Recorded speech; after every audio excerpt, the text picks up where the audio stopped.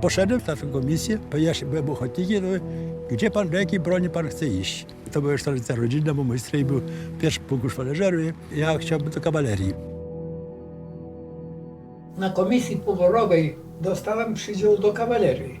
Ponieważ miałem znaczy wykształcenie średnie, to automatycznie się jechało do Grudziądza, do szkoły podchorążych rezerwy kawalerii.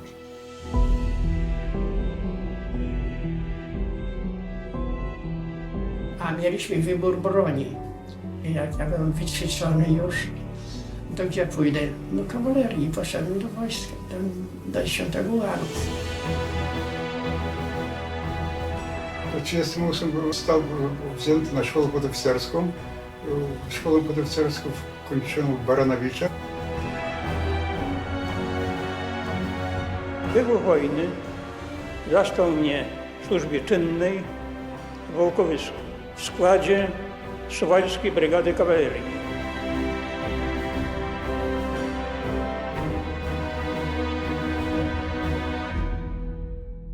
Badanie mnie mówi, pan ma słabe oczy, pan, nie weźmiemy pana do wojska w ogóle.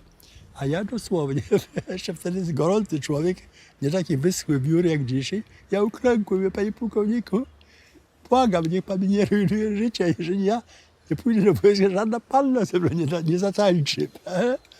Ja tak powiem, że bywało, to przyjmowanie troszkę z tym. I rzeczywiście jedną parą okularów poszedłem na wojnę, jakoś nigdy nie zbiły, nigdy nie stłukły i do niewoli poszedłem w tej samej parze okularów, w której wyjechałem na wojnę.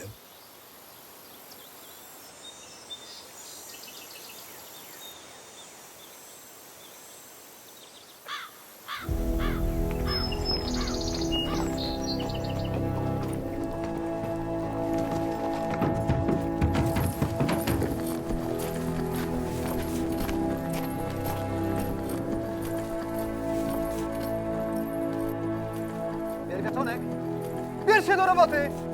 Słomy więcej rzućcie w stanowiskach, po co tu zostawiać?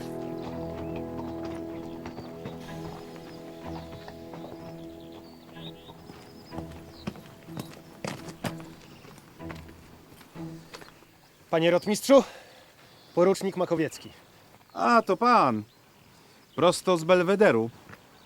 Witamy szwoleżera z wciętą talią. Powojujemy sobie teraz trochę u strzelców konnych. Dobrze, bardzo dobrze. Pański pluton ładuje się za kwadrans. Wachmistrz Tarnowski wprowadzi pana. Panie rotmistrzu, a nie sądzi pan, że dowodzenie przejął maszynista? A co pan ma na myśli, panie poruczniku? Mam na myśli to, że w razie ataku, nalotu, maszynista będzie decydował, co mamy robić. Potrzebny jest tam oficer. Ma pan rację. Zapraszam do parowozu. Sztandar, baczność!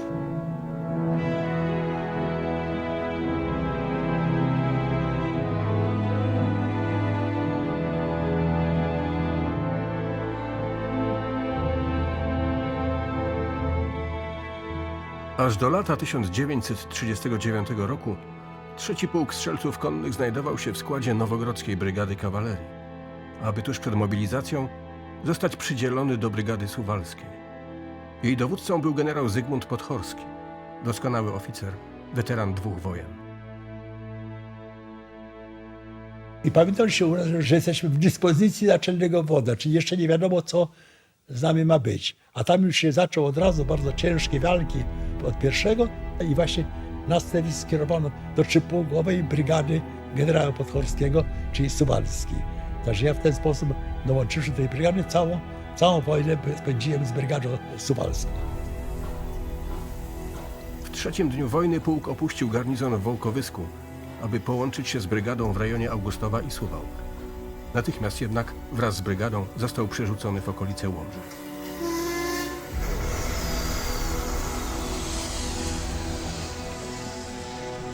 Skierowani zostaliśmy przez Grodno w kierunku do Czerwonego Boru.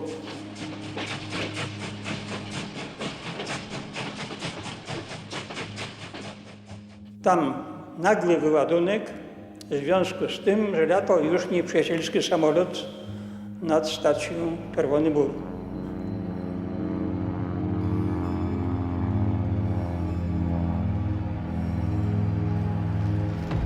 Napastnik, kryj się!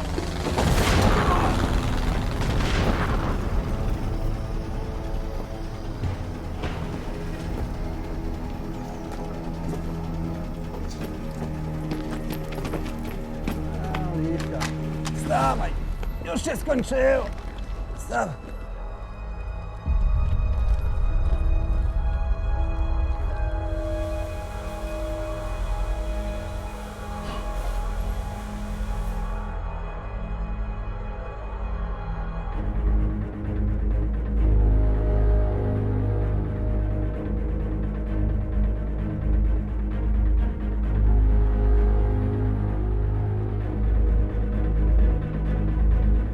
Jeszcze 6 września pułk został podporządkowany dowódcy 18 Dywizji Piechoty, działającej w okolicach Ostrołęki.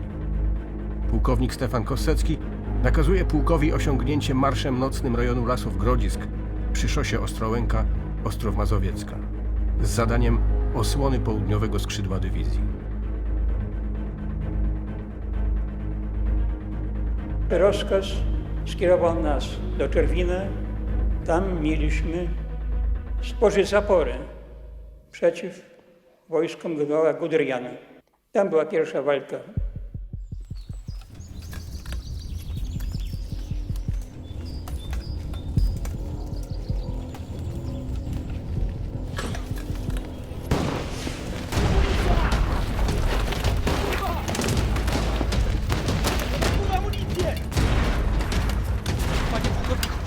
Poczekaj! Strzelać możecie, bo zastrzelę! Tam dalej! Dalej! Co to jest? Wyrazić już! Już dalej na pozycję! Dalej! Co to jest?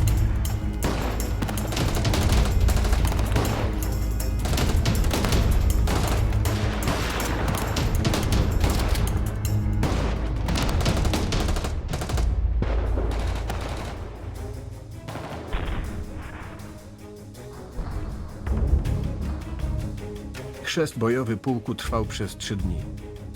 To zastępca dowódcy, pułkownik Stefan Platonow, skutecznie powstrzymał panikę, do jakiej doszło w jednym z epizodów walk przeciwko oddziałom osławionej dywizji pancernej Kempf. Jej żołnierze kilka tygodni później dokonają masakry kilkuset polskich jeńców i cywilów w Zakroczymiu.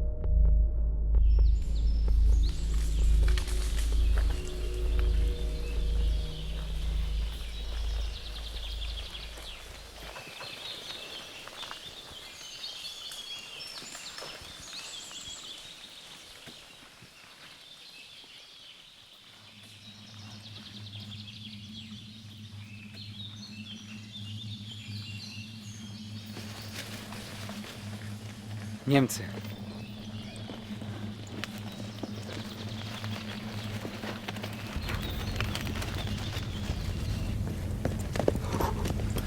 Co jest? Są jakieś 300 metrów stąd. Ilu? Niecały pluton. Bierzemy ich? Najciszej jak się da. Mogę iść z nimi? Idź. Zbiórka!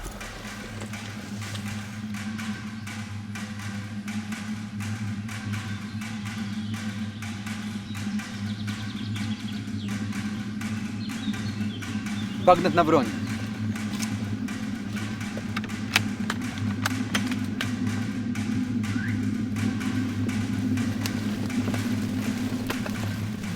Koło mnie biegł zresztą bardzo dzielny wachmistrz, szef szwadronu, który przyniósł rozkaz natarcia, prawda? I poszedł razem ze mną do natarcia.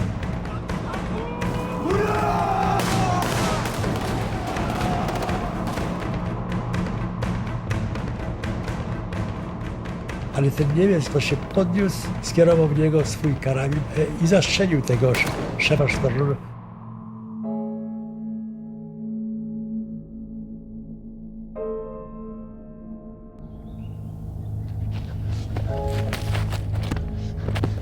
Stasz.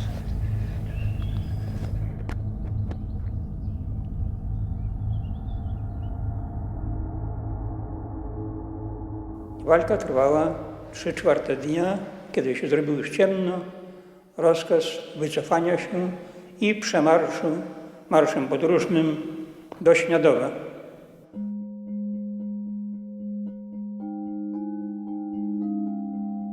Po oderwaniu się od nieprzyjaciela nocą z 8 na 9 września pułk przechodzi w rejon miejscowości Tyszki, gdzie toczy dalsze walki. 11 września pułk powraca pod rozkazy Suwalskiej Brygady Kawalerii i rozpoczyna odwrót na Osowiec. Wkrótce, wraz z całą brygadą dowodzoną teraz przez pułkownika Kazimierza Plisowskiego, cofa się w kierunku Zambrowa. Generał Zygmunt Podhorski, obejmując dowództwo grupy operacyjnej Narew, po rezygnacji generała Młota Fijałkowskiego, rozkazuje zgrupowaniu kawalerii wycofanie się na wschód, aby uniknąć okrążenia i określa miejsce zbiórki w Białowieży.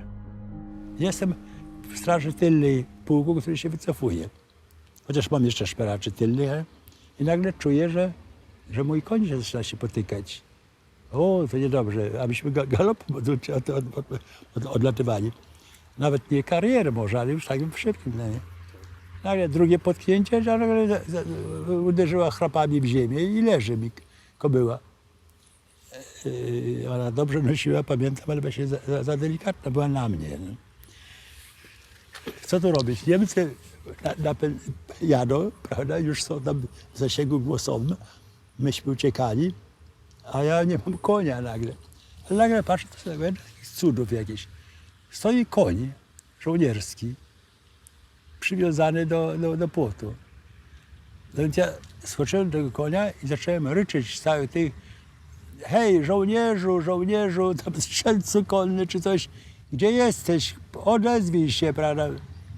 A cisza, cisza. Jeszcze raz krzyknąłem, nie, to szybko ściągnąłem siodło z tej mojej, nawet zapewne stewki czy coś takiego. Rzuciłem jego, przesiadłem konie, chwyciłem, ja czuję, że to był jakiś dezerter, który przejeżdżał przez swoją wieś. I pewnie tam, może we wsi go ukryją, w jakimś stogu siana czy coś, to niezauważony zostanie. Strzelcy konni, maszerując w straży tylnej brygady, tracą z nią kontakt i zostają sami. Przemieszczają się lasami, chcąc uniknąć niemieckich nalotów. 14 września docierają do Bielska Podlaskiego. W rejonie miejscowości Puchły przeprawiają się przez Narew, ale zagrożeni przez oddziały 21. Dywizji Piechoty powracają na lewy brzeg, aby dojść do Hajnówki. Tu, zaatakowany przez wspartą czołgami piechotę 3. Korpusu Pancernego, pułk przyjmuje walkę.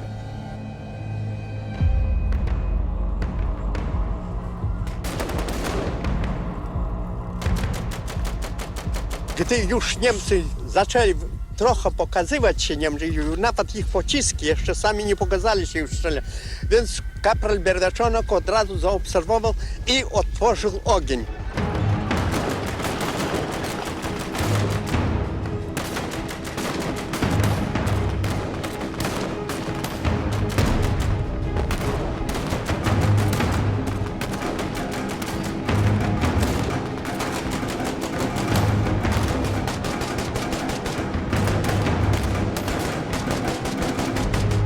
Strzelał cały czas bez przerwy.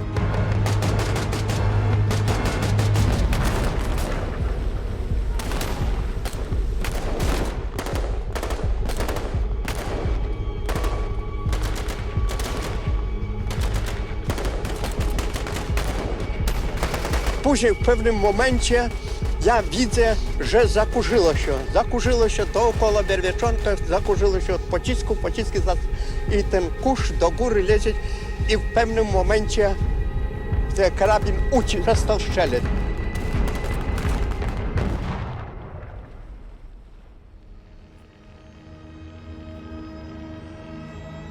Berwieczonok w ten sposób tu trzyma za karabin i jego palec, który jeszcze był na spuście, zakurczył się w ten sposób i jeszcze pocisk, ostatnie pociski, pa, pa, pa.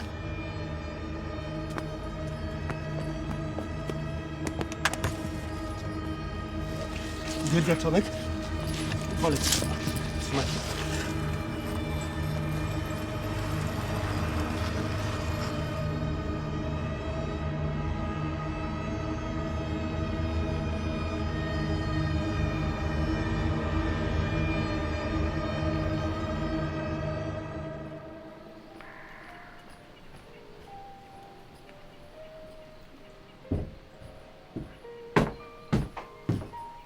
Rozpocznij.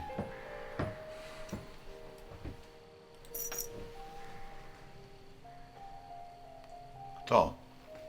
Sokołowski, Wolski, Jakubowicz, Bierwiaczonek. Pan porucznik zajmie się tym. Ludzie już wiedzą. Pochowają ich.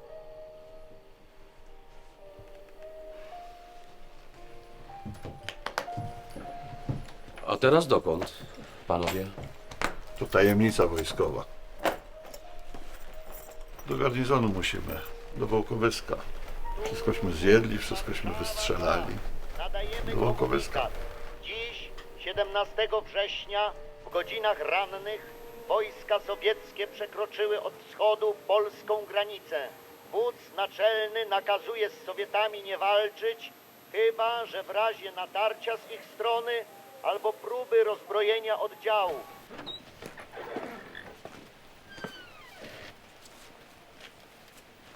Strzelcy konni. Chłopcy, weszli Sowieci. Nie mamy już domu.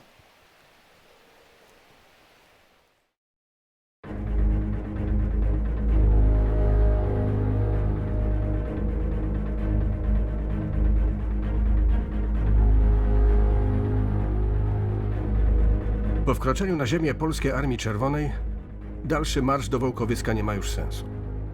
Strzelcy konni zawracają, aby dotrzeć do Białowieży i połączyć się z pozostałymi oddziałami brygady.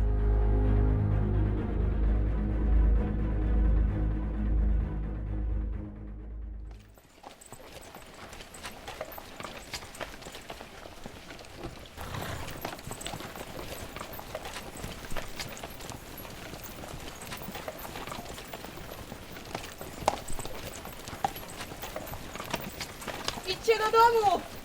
Wojna się skończyła!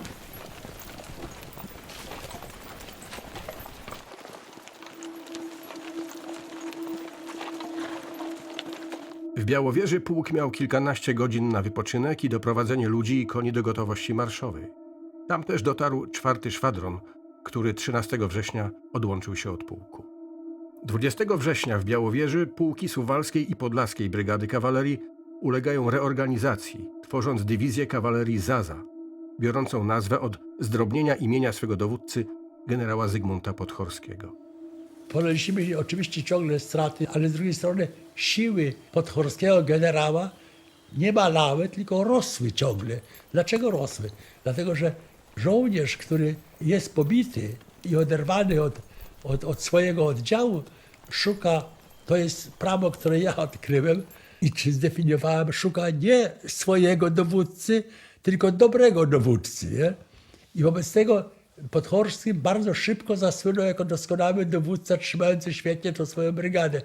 Czyli całe oddziały, szwadrony pogubione innych brygad dołączały do niego, żeby być pod jego komendą. On tak rozsądnie, mądrze kierował działaniami swojej tej suwalskiej brygady.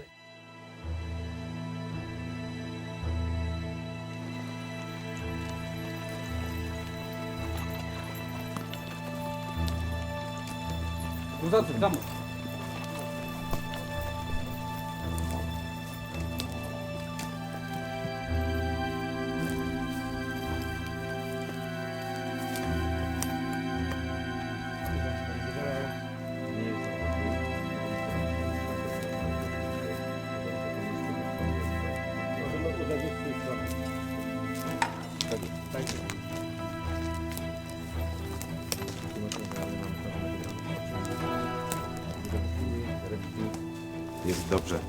Teraz jedziemy razem.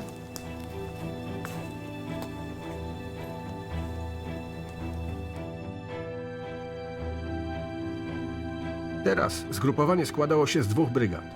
Plis od nazwiska dowódcy pułkownika Kazimierza Plisowskiego i Edward od imienia dowódcy pułkownika Edwarda Milewskiego. 3. Pułk Strzelców Konnych znalazł się w brygadzie Edward. 21 września zgrupowanie Zaza rozpoczęło marsz na południe. Każda z brygad szła inną drogą.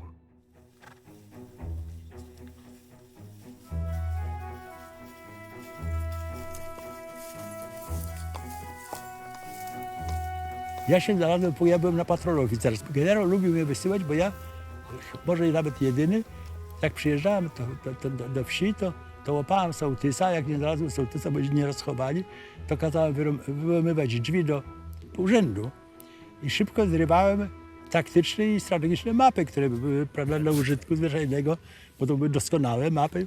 I jednego z tych gońców zaraz wysłałem do generała, a generał szedł z takim wojskiem bez map. I on dostał mapę ode mnie. Ja podejrzewam, ja niczym nie zasłużywszy sobie bojowo, ja mam krzyż waleczny, ja czuję, że dlatego, że generał zapamiętał tę mapę, którą ja dostarczałem. Którą...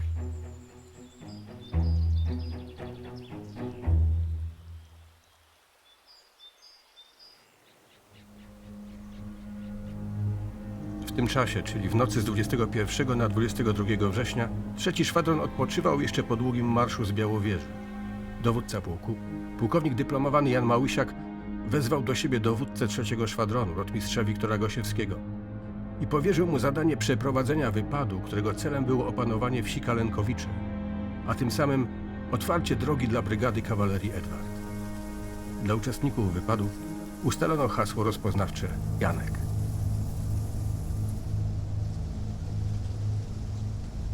Myśmy byli okrążeni przez Niemców. Jedyna droga wyjścia była przez wieś.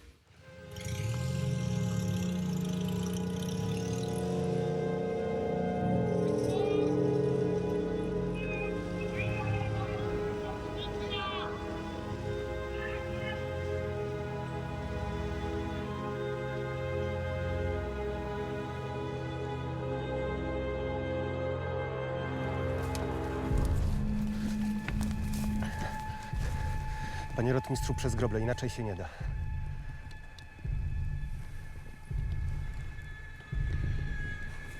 Hełmy na głowy, ostrogi w kieszeni. Dajesz. I to było jakoś tak dobrze zaplanowane. Nie było miejsca na rozwinięcie całego pułku. Czyli jeden tylko szwadron, właśnie mój szwadron został wybrany, rotmistrza Pysznego, rotmistrza Gosiewskiego, żeby to zrobić.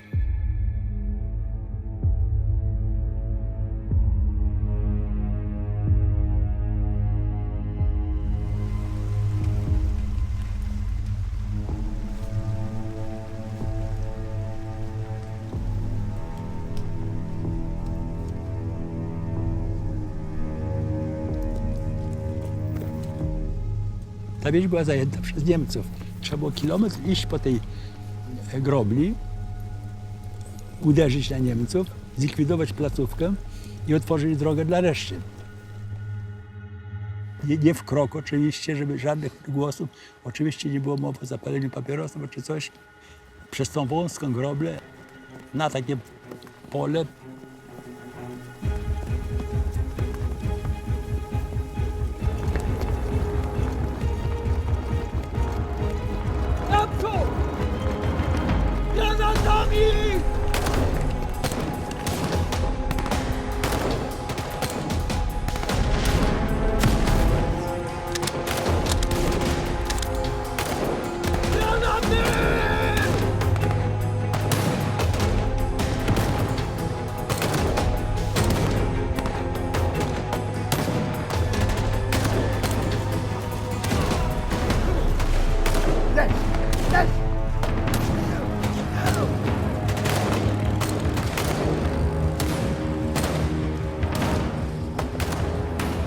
Nagle taka tankietka wyjechała, a miałem karabin przeciwpancerny, prawda, który powinien go zmieścić.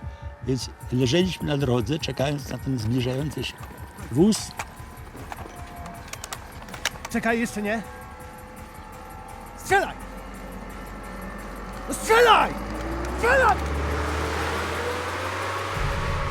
I myśmy ledwo się roztoczyli, żeby przepuścić ten czołg, tą takieczkę, żeby i on pojechał. Pół godziny my już urzędujemy po zdobyciu, pijemy jakąś kawę czy coś w tym rodzaju, a nagle ta tankietka wróciła. Niemcy?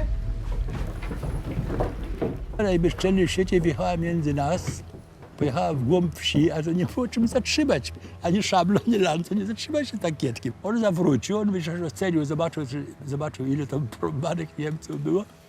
Zakręcił je. Wtedy jeszcze Gosiewski, pamiętam, Myśmy już byli w grupie, już mówiliśmy o owocach zwycięstwa. On zobaczył właśnie tego, że zawróci, że mówi, dawajcie granaty.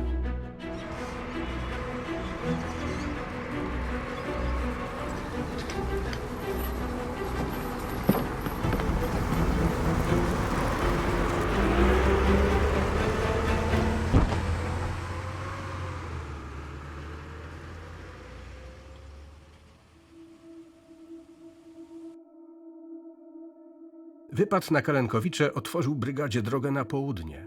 Kawalerzyści przechodzili wówczas przez tereny, na których rzadko mogli liczyć na życzliwość zamieszkującej je ludności.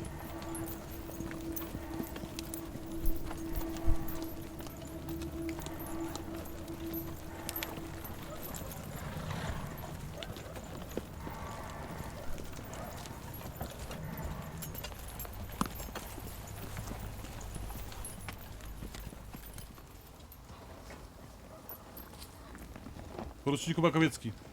Spalić.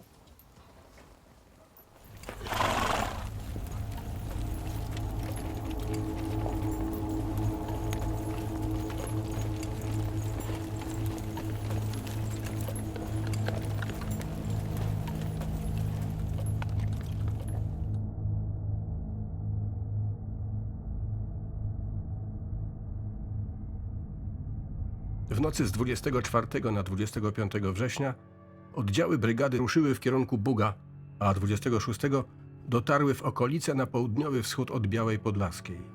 Tam, w lasach, zarządzono całodzienny postój. W nocy z 26 na 27 września pułk kontynuował marsz na Parczew i Ostrów Lubelski, osiągając 28 prawy brzeg Wieprza. Podczas przeprawy w okolicach Nowogrodu wywiązują się walki z niemiecką 4. Dywizją Piechoty. Na rozkaz dowódcy zgrupowania przeprawa zostaje wstrzymana.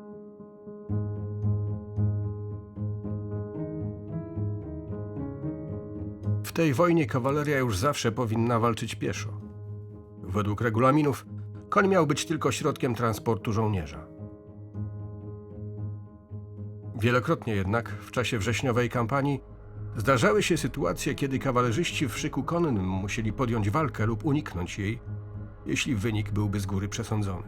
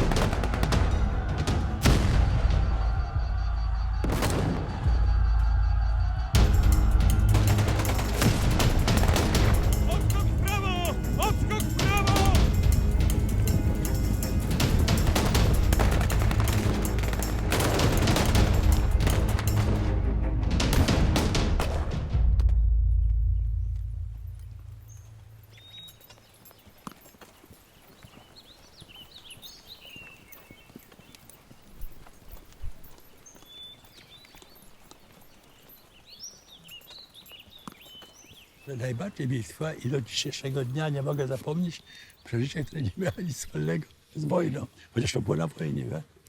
Ale to był temat ułan i dziewczyna. Zostałem wysłany przez generała Potworskiego na korzyść brygady, żeby poprowadził gdzieś tam na jakąś, wszystko jedno gdzie, patrol oficerski. Cudny dzień jak dzisiejszy, słońce wysoko, bo to południe. My już byliśmy o 6 rano, żeśmy wyjechali na ten patrol.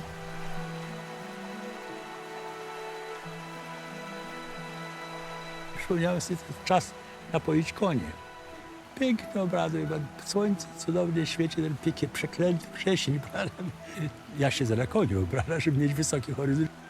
Chłopcy tam tylko te ramiona śmigają, ceber leci w dół i w górę, woda płynie tym srebrnym, takim mszałym korytem, konie piją chciwie. Wtedy jak tak z wysoka patrzę z 3-metrowej wysokości na tym koniu, to widzę, że my nie jesteśmy sami. Koło nas taki krąg, tak jak te krzaki mniej więcej, a jest 200 Czy to byli mieszkańcy wsi, czy to byli uciekinierowie z Warszawy, bo to było na wschód od Warszawy. Nagle się odrywa dziewczyna jakaś, ja ją pamiętam jako ładna dziewczyna młoda i idzie do mnie. Jezu. Podchodzi do mnie, kładzie swoje czoło na moje kolano. Ja nagle patrzę i łzy się toczą po moich zakurzonych cholewach, a ona w kółko powtarza i nigdy nie zapomnę. Boże, wy jeszcze walczycie. Boże, wy jeszcze pod bronią. Nie wiedziałem, co robić, prawda? Regulamin służby medycznej nie mówi, co oficer robi z dziewczyną, która całuje po kolanach. A jakżeby inaczej?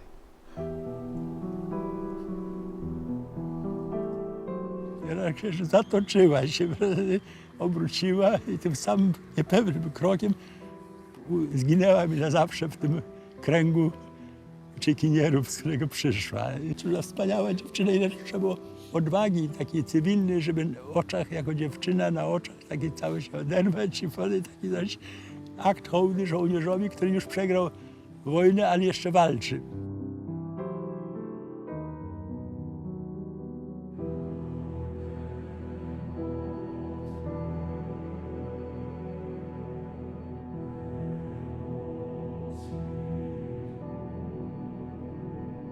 Jakbyśmy pruli na południe, między Niemcami i Rosjanami, oni bardzo ostrożnie do siebie podchodzili, żeby przypadkiem nie postrzelać się wzajemnie. Nagle nadzialiśmy się na generała Kleberga, który szedł ze wschodu na pomoc Warszawie.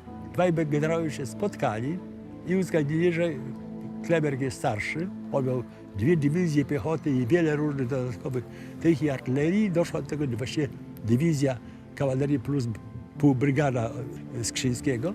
Także nagle to wielka siła i przeszliśmy Wieprz krwawo, zdobyliśmy przeprawy i poczęła się bitwa właśnie pod Kockiem.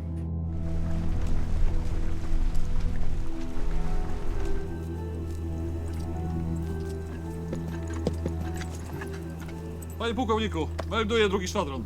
Niech się pan przeprawia. Rozkaz.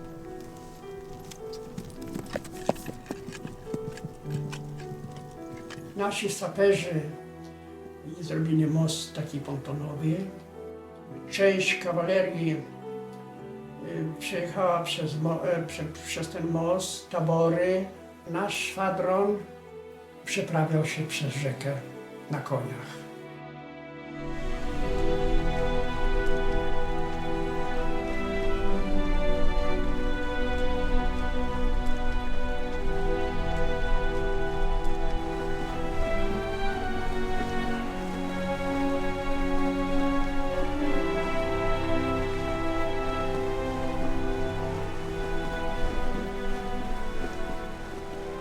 Weszliśmy w lasy Woli Gołowskiej i w tych lasach była 3 dni walka.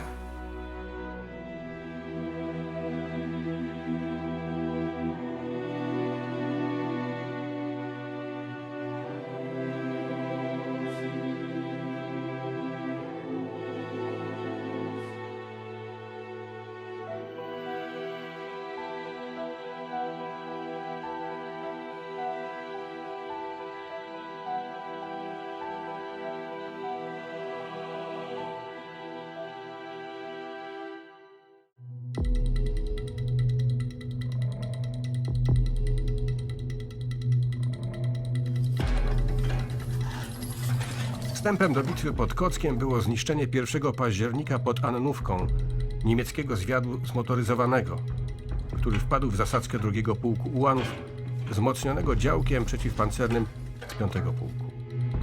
Pal!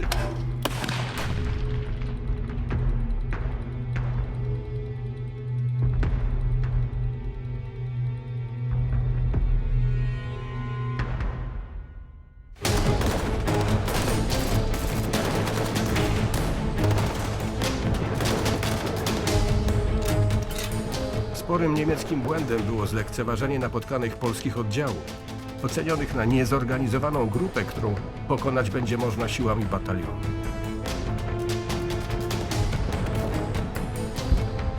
Niemcy mieli przed sobą oddziały samodzielnej grupy operacyjnej po lesie generała Kleberga, w sile dużego zgrupowania kawalerii i 2 dywizji piechoty o doskonałym morale. 18 000 wojska, które chciało się bić. Już 2 października pod Serokomlą oddziały brygady Plis zmierzyły się z 13. Dywizją Piechoty Zmotoryzowanej.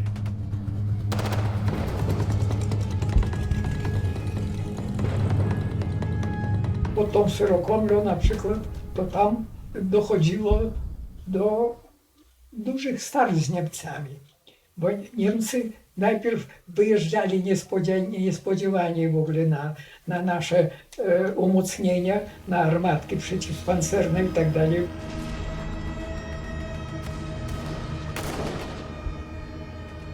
Zatrzymane zostały, zniszczone czołgi tam jakieś lżejsze, takie, które rozpoznają, brały udział.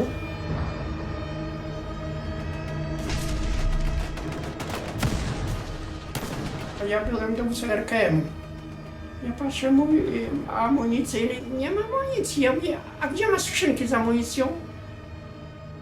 No mówię, ja zapomniałem. No ja poleciałem, złapałem 2 skrzynki amunicji i biegnę, to ciemno. Przewróciłem się, patrzę. No to Niemiec był zabity. Ja przewróciłem się przez niego, obejrzałem się i dalej.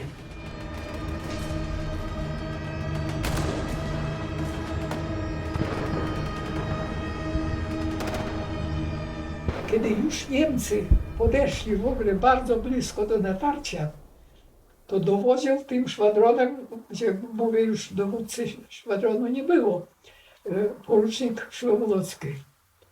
I taki młody oficer, proszę pana, w ogóle potrafił poderwać ten swój szwadron do szturmu. Niemcy odrzucili broń, ręce do góry, proszę pana, tego, i oni wzięli wtedy coś koło 100 jeńców niemieckich. 3 października ruszyło natarcie kawalerii brygady Edward oraz 50. Dywizji Piechoty w kierunku wsi Poznań. 1. Pułk Ułanów Krachowieckich i 3. Pułk Szwoleżerów Mazowieckich atakowały spieszone pod Mokłą Doliną, zaś 3. Pułk Strzelców Konnych przykuł konnym po przeprawie koło wsi Czarna. Doszczętnie wybito obsługę niemieckiej artylerii stojącej we wsi. Dalszy atak załamał się jednak wskutek braku amunicji i silnego ognia.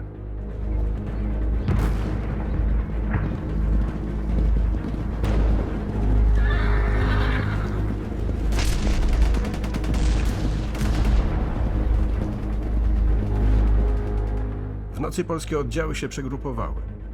Strzelcy konni wraz z brygadą Edward obsadzili linię Turzystwo-Lipiny-Grabów Szlachecki z zadaniem ubezpieczania zgrupowania od południa.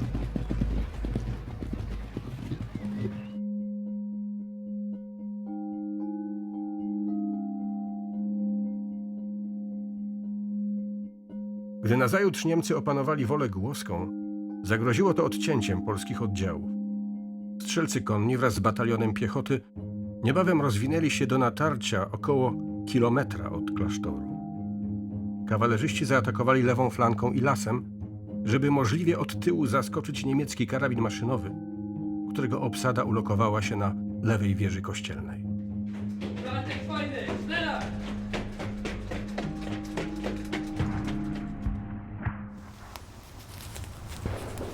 Melduję się. Panie rotmistrzu, proszę zająć pozycję na cmentarzu. To już trupów mamy bronić, panie pułkowniku. To jest jedyne miejsce, gdzie jest murek, za którym może się pan schować. Tak jest.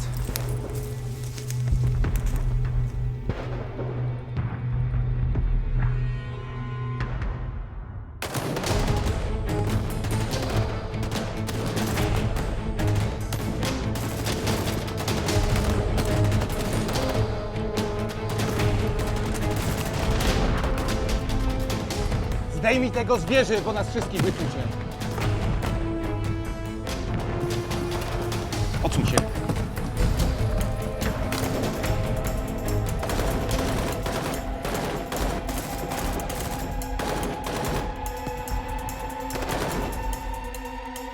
Chyba dostał.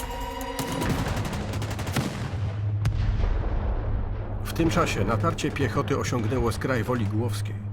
I kiedy pod osłoną budynków wyszło na drogę przed kościołem, Niemców już nie było. Na wieży pozostał jeden zabity.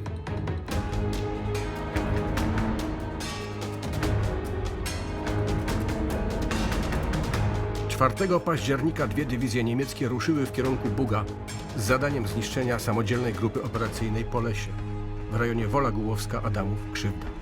13. Dywizja Piechoty Zmotoryzowanej atakuje oddziały zgrupowania Zaza.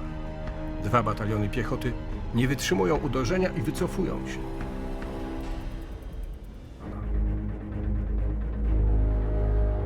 Myśmy się starali robić tak, jak nas uczono w Grudziądzu i to były zupełnie dobre. Znaczy, do walki zawsze się spieszyć i trzymać człowiek tak długo pod ogniem, jak można.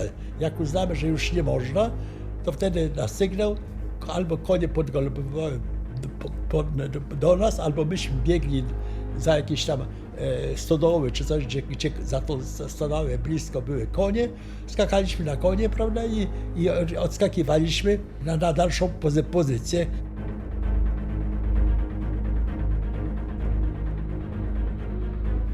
Mieliśmy na siodle karabin maszynowy, takie specjalne siodło było. Z jednej strony przyczepiało się karabin, a z drugiej strony podstawy. I koń koniewodny prowadził tego konia zawsze w środku. No jak tylko do walki pieszy, no to husarcy poskakiwali, zdejmowali, widzieli jak robić.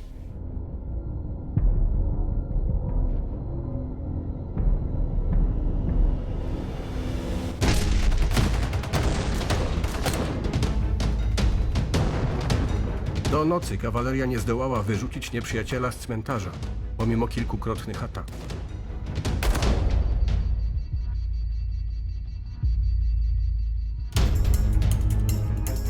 Po południu pod Wolą Okrzejską strzelcy konni rozbijają wycofujący się po starciu z kawalerią dywizyjną niemiecki podjazd pancerny.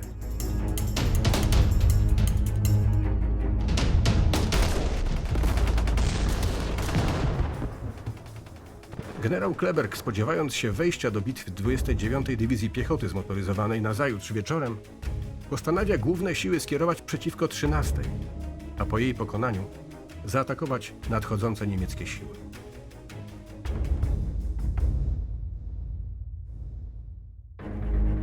Kiedy 5 października Niemcy uderzają na Adamów, 3. Pułk Strzelców Konnych wraz z 80. Dywizją Piechoty uderza na Wolę Głowską przez kilkaset metrów odkrytego pola. Niemcy ukryci są w klasztorze oraz za murem cmentarza. Polska piechota, ponosząc duże straty, zbliża się do klasztoru przechodzącego 5-krotnie z rąk do rąk.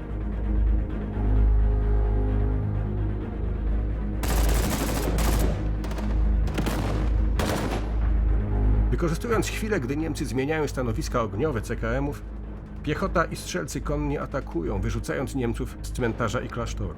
Ci, chcąc uniknąć okrążenia, wycofują się z Woli Głowskiej, którą ostatecznie zajmują Polacy. Niestety jest to gorzkie zwycięstwo. 5. dnia tej bitwy, która początkowo szła nam pomyślnie bardzo, generał Kleberg doszedł do przekonania, że on nie ma czym walczyć, dlatego że cała amunicja była już wystrzelana do artylerii, powiedzmy, prawda, bo nie mógł ze sobą, nie było żadnych dowozów.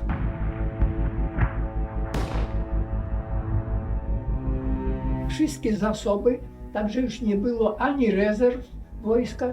Myśmy już wtedy nie mieli żadnych szans, proszę pana. I wtedy Kleberg doszedł do wniosku, że już właściwie nie ma sensu rozlewać krwi, zupełnie tylko tam bez uzasadnienia.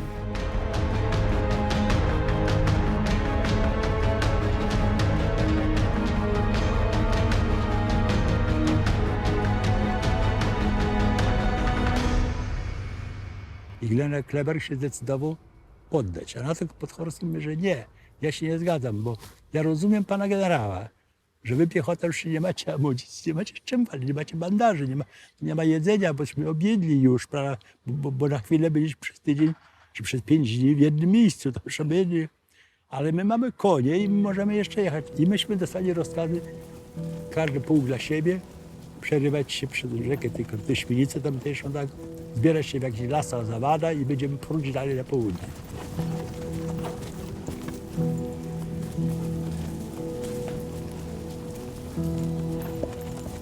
Takie było wrażenie w ogóle bardzo już przykre dla żołnierza, gdzie żołnierz właściwie widzi tą beznadzieję tego trudu, który przez miesiąc potyczek tych zwarć z Niemcami, kiedy już wiedział, że oddaje tą broń, to wie pan, żołnierze nawet, i przecież to są mocniejsi trochę ludzie niż dzieci, no to dużo z nich płakało.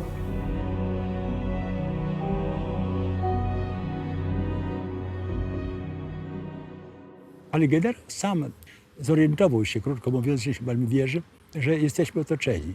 Wtedy zdecydował się kapitulować. I rozesłał przez radio do pułku, które już wyruszyły, albo miały wyruszyć, rozkaz: kapitulujemy, wracać na swoje miejsca. A myśmy mieli już rozbite radio, a taki był podporucznik rezerwy Szulc-Holnicki, który galopował w zapadających ciemnościach, bo to już październik jednak, prawda, to od 6 już robiło się dobrze ciemno. I pułku nie znalazł. Ten pułk, jako ostatni pułk Rzeczpospolitej, szedł do swojego losu, prawda, do swojej ostatniej bitwy.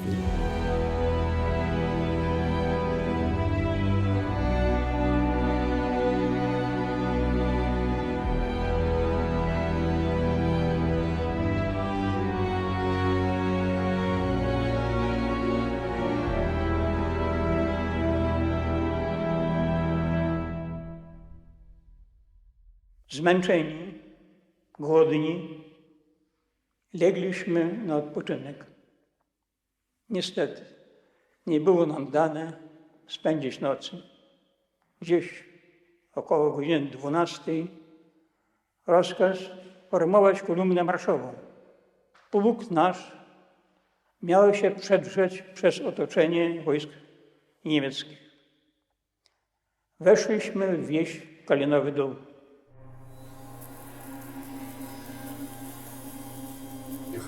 Nie zbliżaliśmy do wioski, więc był rozkaz z koni zejść, żeby ani ściemiona nie stuknęła, ani wędzidła, nic, żeby cichutko do wioski przejść. A Niemcy byli zaczajeni w karabiny mieli w ogrodach.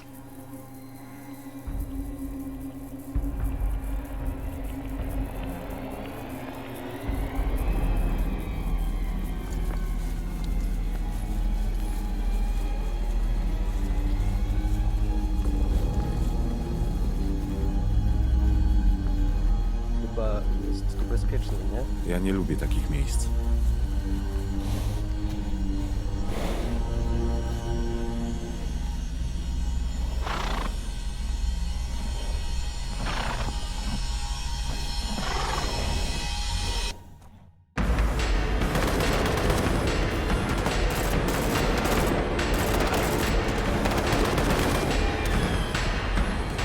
To były okropne rzeczy, panie, były.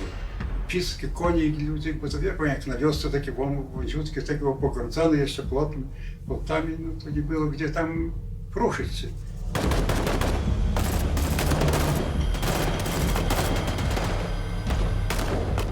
Ale myśmy prowadzili konie, myśmy nie byli na koniach. Przez to straty, zdaje się, nasze nie były takie duże, bo nikt nie liczył, ile zginęło oczywiście. A konie są wytrzymalsze na ogień niż ciało ludzkie.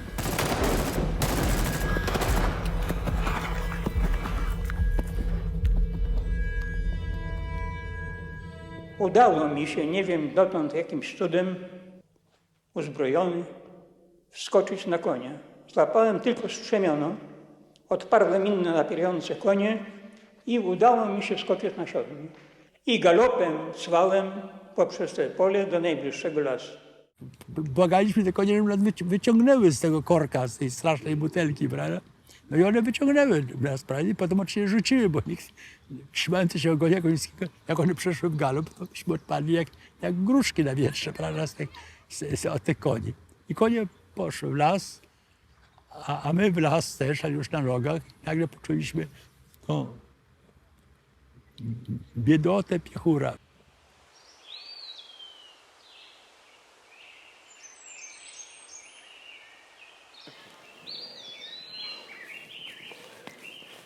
No to trafiliśmy do piechoty, szwoleżerze. Jak tam? Buty nie piją? Co mają pić, skoro nie mają przełyków? Cicho!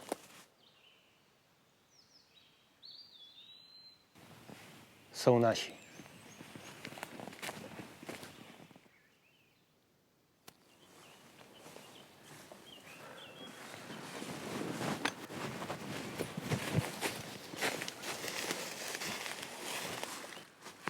Panie rotmistrzu, melduję. Dobra, dajcie spocznij. Ilu was jest? 6. A konie? 2.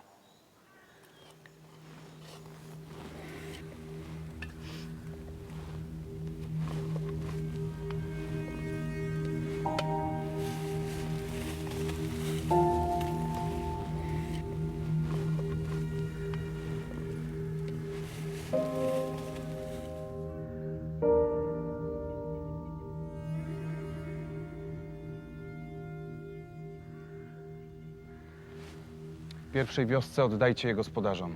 Tak jest. Zbierajcie się, za 15 minut ruszamy.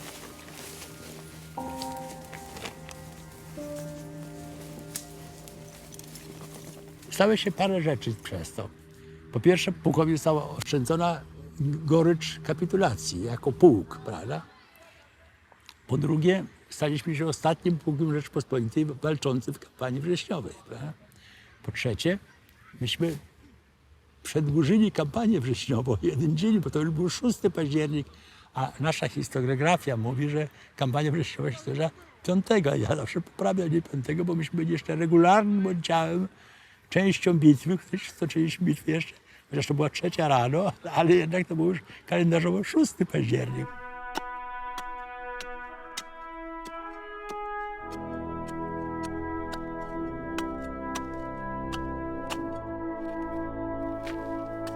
Panie rotmistrzu, wystarczy?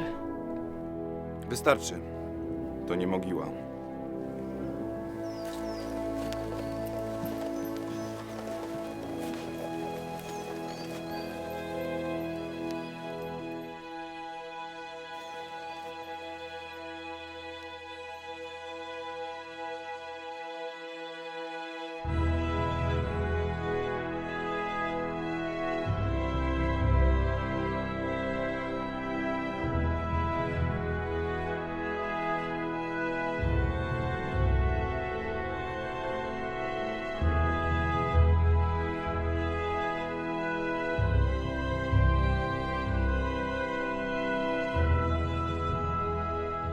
Zrobili z blachy ocinkowanej tubę taką, zareagowali, tego sztandar wsadzili tam.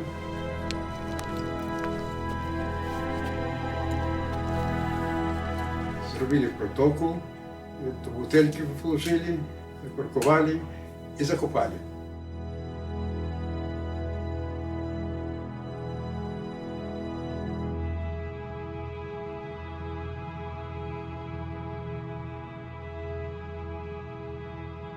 W 40 latach ujęli sztandar jak nowy, jak pływał, taki był, nic nie zniszczony.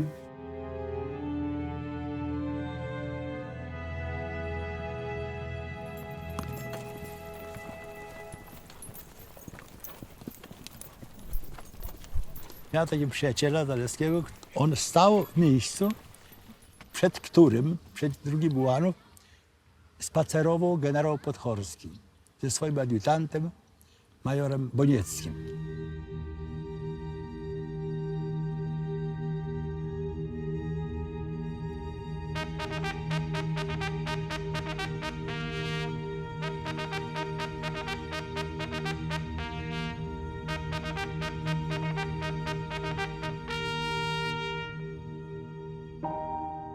W pewnym momencie podbiega, staje na barszu, żeby dyscyplina do końca była utrzymana. Panie generale, melduje, są już wszystkie pułki przygotowane do kapitulacji. Nie ma tylko 3. pułku strzelców konnych, tego mojego. No oczywiście, bo go nie było, prawda? W ogóle już go nie było jako pułk. Więc generał odsaltował i znowu się przechadza. A nagle z ziele lasu zaczyna się coś wyrazić. Jakaś konnica wyłazi i zaczyna zmierzać przez pole do temu.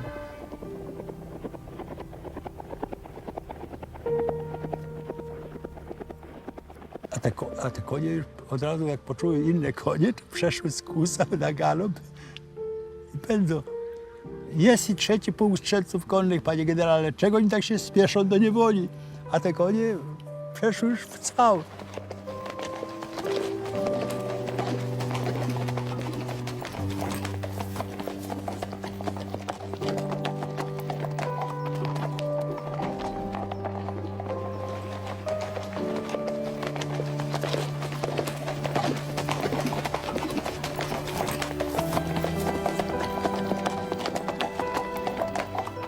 Te konie podbiegły, mniej więcej na wielkim szeregiem, znalazły swoje konie, prawda? Stanęły przed tymi końmi i dopiero rane machają głowami, grzebią nogami, tu przekręcone siodło, tu jakieś tam latające strzemiona, bo ktoś nie podciągnął, tu porwane wozy, ale konie przyszły. Konie 3. pułku strzelców konnych po przegranej bitwie wróciły do szeregu, wróciły do szyku.